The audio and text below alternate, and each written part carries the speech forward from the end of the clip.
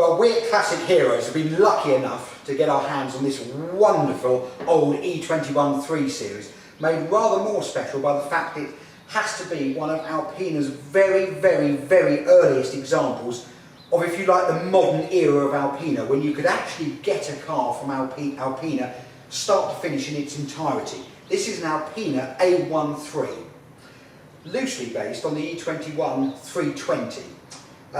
I'm quite sure not many of you have seen one of these before.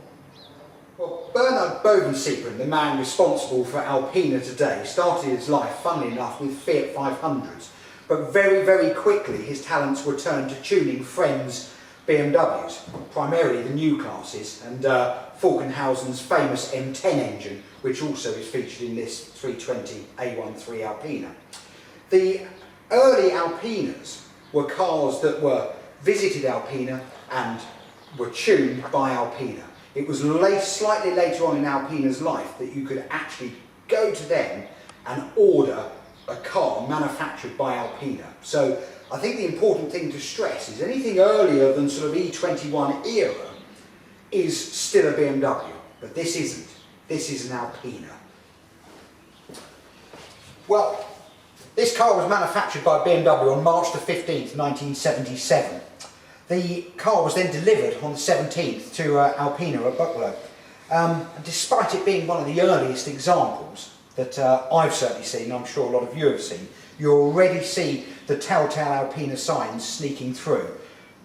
The Alpina stripes, still used today, the fantastic classic 20-spoke Alpina wheel, and that wonderful Alpina front spoiler. Well, the last thing that finished off the outside of this wonderful Alpina A1 3 is the very, very famous Alpina rear spoiler. Well, a terrific amount of you will recognise that. Falkenhausen's amazing M10 motor.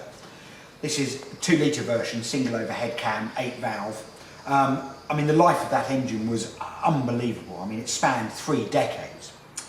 But you'll notice under here Alpina's magic has been at work with 45mm side draft Solex carburettors, Alpina airbox, and 125 horsepower, which, although by modern standards isn't a terrific amount, the car to drive is incredibly flexible and a real pleasure, real great fun and joy to drive.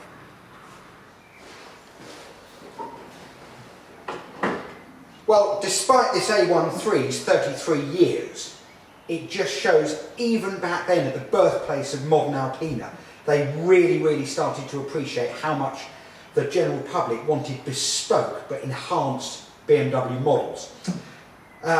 You will see on this car, obviously we've already talked about the external modifications with the front air dam, the rear air dam, and the wonderful famous Alpina stripes and the 20-spoke classic Alpina wheels. The interior I'll show you in a minute, but mechanically already Alpina were developing their own suspension kits on this car, the modified Alpina cylinder head, the carburettor. Again, despite the age of this car, you'll start to see little bits of modern Alpina sneaking its way in.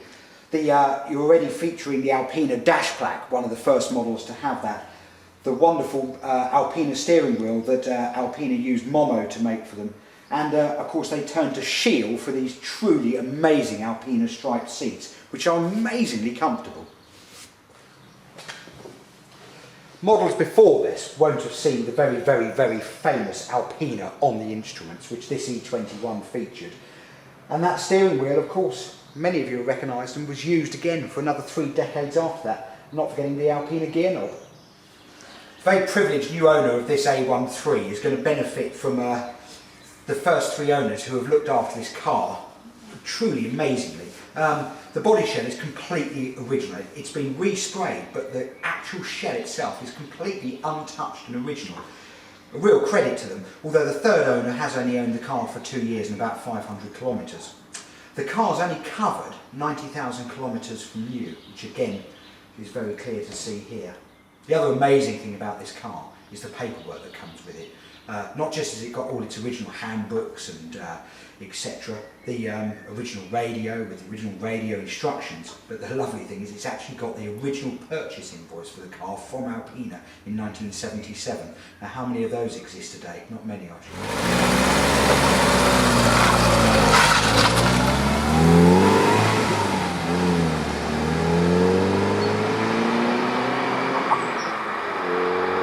Well, this car to drive is a real credit to the last 3 owners, of which the third has only owned the car for a couple of years and 500 miles.